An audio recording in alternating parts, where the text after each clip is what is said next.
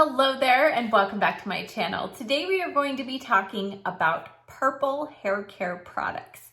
Now it's not for purple hair, it's purple hair care products, if you've never used them, are for those of us who have bright blonde or white hair and we struggle with brassy tones. So if you have ever had maybe blonde highlights put in and they've ended up looking a little yellow or just much too warm, or you have white or gray hair and you struggle keeping it nice and bright, these are the kinds of products that are going to be recommended to you to try.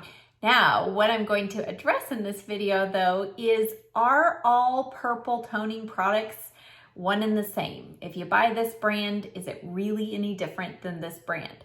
So I'm going to kind of base my opinion off of two different scenarios. One is based off of my use of these products and how I feel like my hair looks after several uses. But I'm also gonna do just a fun little experiment. I'm not sure if it's gonna work or not, but my hairstylist actually gave me this idea, and we're gonna use a piece of white stone tile. This is actually marble, and I also have some kind of white flooring. I'm not sure if this one is actually going to stain or not, but we're going to apply these products to the surfaces of these, and we're going to see if they stain them, if one stains it more than the other. So as we jump into it, if you're new here, hit that subscribe button, and now let's get started. So a couple of years ago, I kind of started figuring out that I needed to incorporate a purple shampoo of some kind in my hair routine. And I kind of went on a hunt. I tried a sample of the Pravana one, and that one was good, but I felt like my hair was pretty dry after it. And then I researched a few more and ended up with the Joico Color Balance Purple shampoo. I really felt like this one did a pretty good job, and I loved that it didn't tell me I needed to use gloves with it. I didn't feel like it was over drying on my hair, which was really good. And I feel like the scent on this is delicious. Like it has a little bit more of a fruity scent to it. So I used this for quite a long time. And I mean, this is a huge bottle. I still have quite a lot in this product. But then about a year ago, a little over a year ago or so, I received a sample of the Amika, this is Buster Brass Cool Blonde shampoo. And I received a full sample packet of the shampoo and the conditioner from Sephora. And I was like, oh wait, I really like this. And so then I started using this pretty regularly. I had a color appointment, I think it was last fall, that I felt like when I got done, I still had some brassy tones, and it was after I had attempted to put purple color in my hair, and then I immediately had my hairstylist take it out. Do you all remember that? Well, after that process, I still had some brassiness in those areas that had been previously purple. And within several days, I think about 3 days of using the shampoo and conditioner of Amika, those brassy tones were gone. And I felt like they stayed gone as long as I used this a couple times a week. I love the scent on this. I feel like the overall health of my hair, I feel like it doesn't dry out my hair at all. In fact, when I rinse out the shampoo, I feel like my hair feels pretty soft.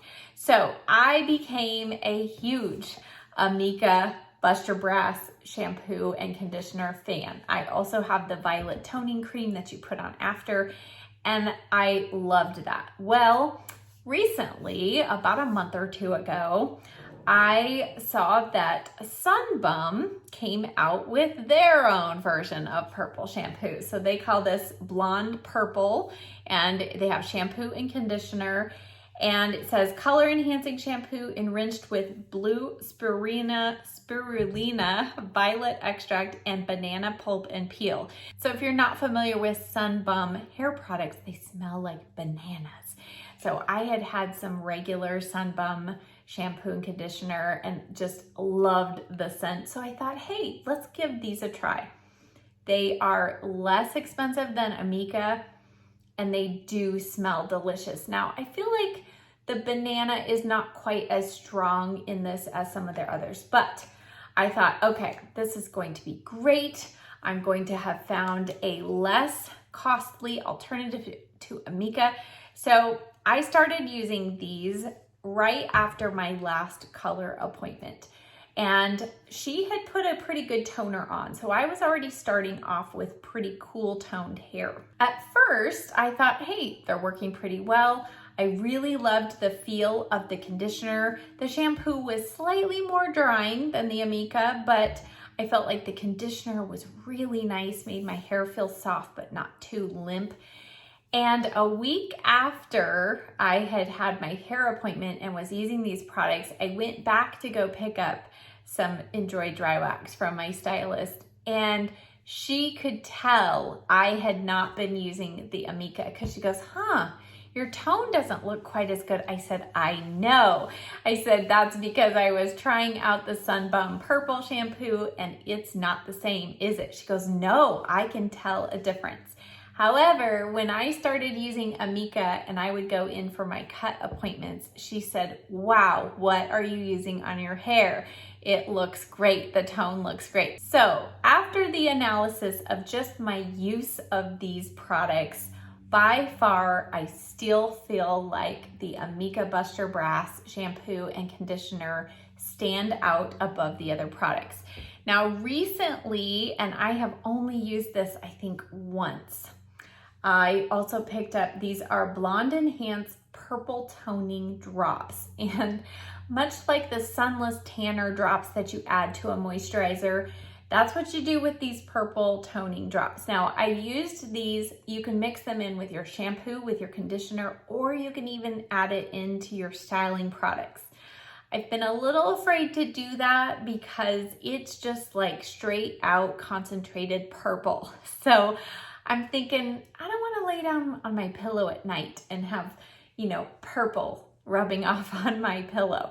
So I did use this in my shampoo, my regular shampoo, not my purple one. And I did feel like it held the tone. Now, if I had any major corrections, I'm not sure if that is the one I would go to, but I wanted to pull it in now to conduct our test. So what I'm gonna do is I'm gonna put a drop of each one of these products. I don't know, I'm not gonna do the conditioners. I'll just do the shampoos and these toning drops. We're gonna put a drop, we'll kind of pull it down on here. Then I'm going to rinse it off and we're gonna see which one has the most stain left on this tile. Okay, so on the surface of the tile, they all look almost exactly identical. Now, unfortunately, as I was pouring this one out, because this one's been in my shower, I did get a little bit of water in it, so it might be kind of diluted. But so we have the Joico, we have the toning drops, this is the Amika, and this is the Sunbum. Okay, I'm gonna leave these sit for about 2 minutes. And at the same time, I'm gonna go ahead and apply them to this kind of laminated surface. This would also be a good test for flooring, right? See which one stains worse. So I'm going to apply them to this and we'll see if it adheres. Okay, here is what those look like. We'll see. Again, I'm not sure it's going to penetrate the surface, but we'll find out. Okay, I'm back and I've completed my experiments and I tried a couple of additional ones and here we are with our results. So our tile that I applied the shampoos and then carefully rinsed them off, I was careful not to mix any of them. This is what the tile looks like after rinsing the product clean.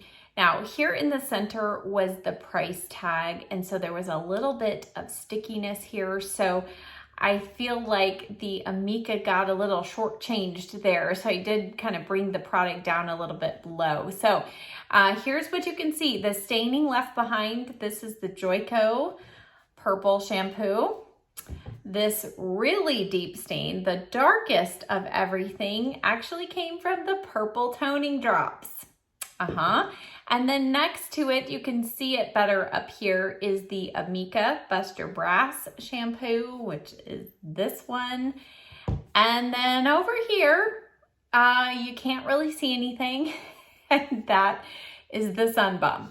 So I thought that was really interesting because at first, and on my fingers, I was getting staining from all of them on my fingers, but I could tell the consistency of that one was different. It felt more gel-based than the others, but I thought, hey, they all look the same on here, but I was pretty surprised to see the results once I rinsed everything off. Now, I did go ahead and flip the tile over onto the glazed side just to see if I could get any of them to stain. And the clear winner here is the toning drops.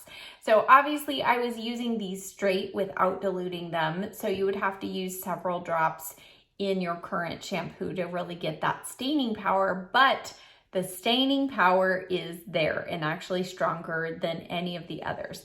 You can see a faint little bit of some staining from the Joico. I can see a tiny little hint of the Amika, but I'm not surprised because this is glazed. It's supposed to help it not stain. So, but I just thought that would be a fun little experiment. Now, the floor tile that I used is a piece of wood flooring or fake wood flooring. You'll be happy to see that there was no staining. So if you're looking for new flooring, the bonus here is I found one that won't stain for you. All right, so as a result of this test, I think it confirms how I feel like these performed on the hair. The Amika Buster Brass and the Joico Purple both have very strong toning qualities about them.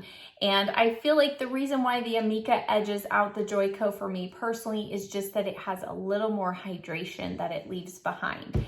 However, as you could tell on the tile, the Sun Bum did not leave behind any staining whatsoever, and I feel like that's what happened on my hair. I didn't feel like it was actually toning at all.